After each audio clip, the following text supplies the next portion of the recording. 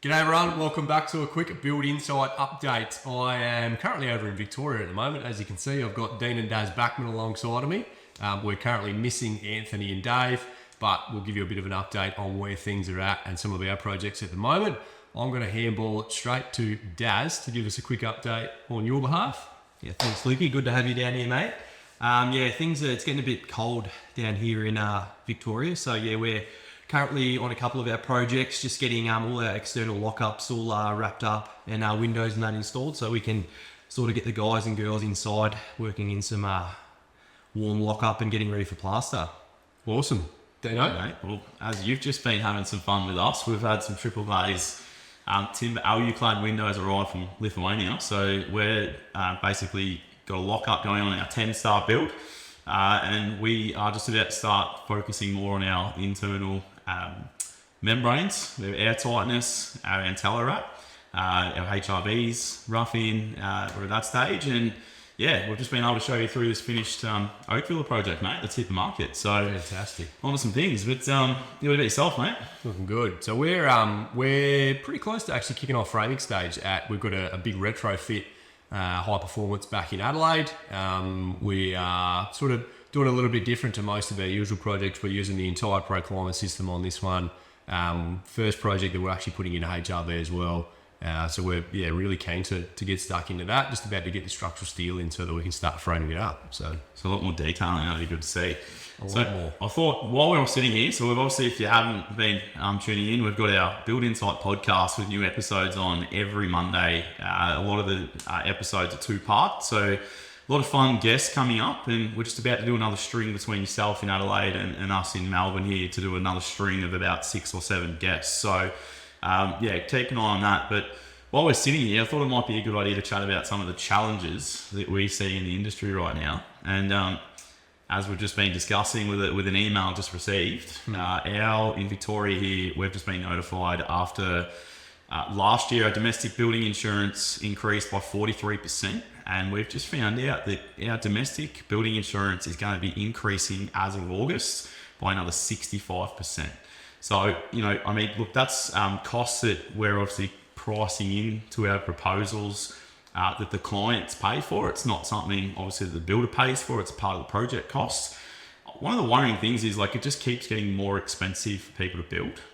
So we did some maths, and basically that could mean, roughly around on $1.2 million project, for example, that the policy premium amount could be anywhere from $15,000 to sort of $17,000.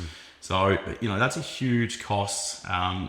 One thing that worries me with that is that it's potentially going to deter more people for the upfront costs of what it costs to actually get as we know, to start a project, there's a lot of incurred costs for site setup, getting a project out of the ground where you can actually get a machine and guys swinging hammers and so forth. So that's one part of it. The second part, sorry mate, is just younger builders trying to break into it. Still feel like there's not enough education out there for guys to understand, and girls to understand what's involved with your contracts, how you can cover yourself on that, and there's the legal repercussions to make sure you're doing it properly. Not at all. Not at all. The crazy part about what Dan's talking about as well with the insurance is, even though we are all one country, every state has their own regulations and it is insured in a completely different way. For example, down in Tassie, they essentially don't have builder's warranty insurance. They don't have any restrictions on limits, anything like that.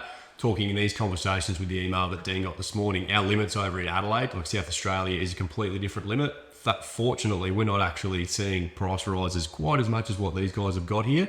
But I don't think it'll be too far away, and unfortunately the whole industry will be catching up. So the precedent keeps getting set that it's happening somewhere else. It's in New South Wales as well. Can't comment on Queensland specifically. But what about yourself, mate? What's something that you would sort of flag to say that's a difficult part of the industry at the moment, or some areas that could improve? I guess probably, and hearing this from a lot of people around the country as well, is there's still such a massive labour shortage.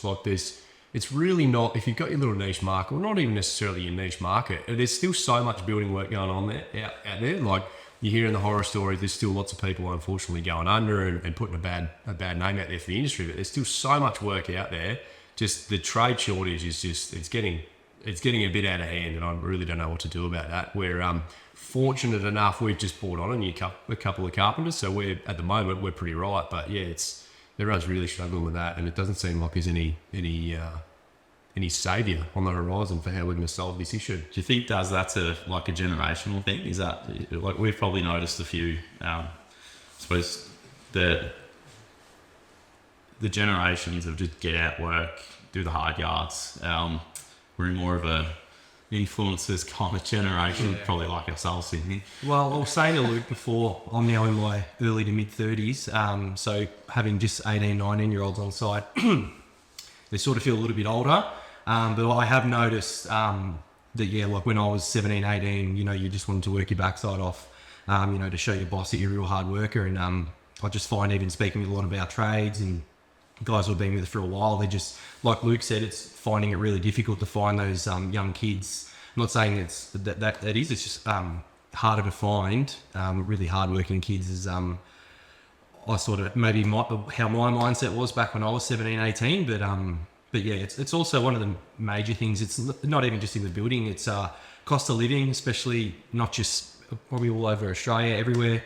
I even joke, just saying buying a punnet of strawberries these days is $5 when it used to be about $2.50. So, and that's one of the things too that's sort of maybe shortages is just the cost of living is just killing sort of the building industry, because I'm sure there's a lot of people wanting to do renos, extensions, build a new home, but they're just sort of trying to keep their head above water. Yeah. So that's the scary thing, and unfortunately, I don't see it slowing down. Yeah, I think the cost of living, obviously for us to all run businesses, as we've said, the insurance side of things, labour components.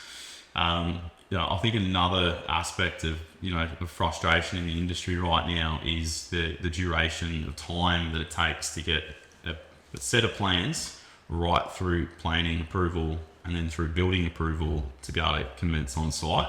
Obviously, anyone who needs bank approval as well, there's a whole process there that's getting a bit more difficult. A good pre-construction service is going to do that, but we've actually got a guest coming on with Anthony soon. That's a town planner, so we're going to get some insights into that with planning, which will be great for listeners.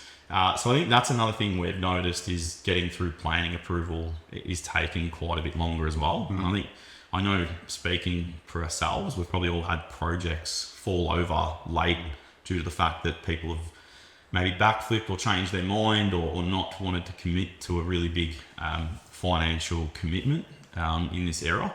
So I think that's another part of it, but we probably all just have to keep building our pipeline of work. I know with us, we all do a pre-construction process. So that gives us the flexibility to actually understand what's coming up on our radar. Yep. Yeah. Definitely. Yeah. Awesome. Well, there you go. There's a quick little insight into what Build Insite have been up to. We'll leave you there at that one. But if you've got any issues that you want to know a little bit more about or things that you're struggling with, drop a comment below. We're happy to get back to them on the next little update or talk about it on the next podcast. Speaking of, you can stream the podcast on any of your favourite streaming services. Otherwise, head over to Instagram, build.insite, INSITE. Follow along and we'll update you again soon.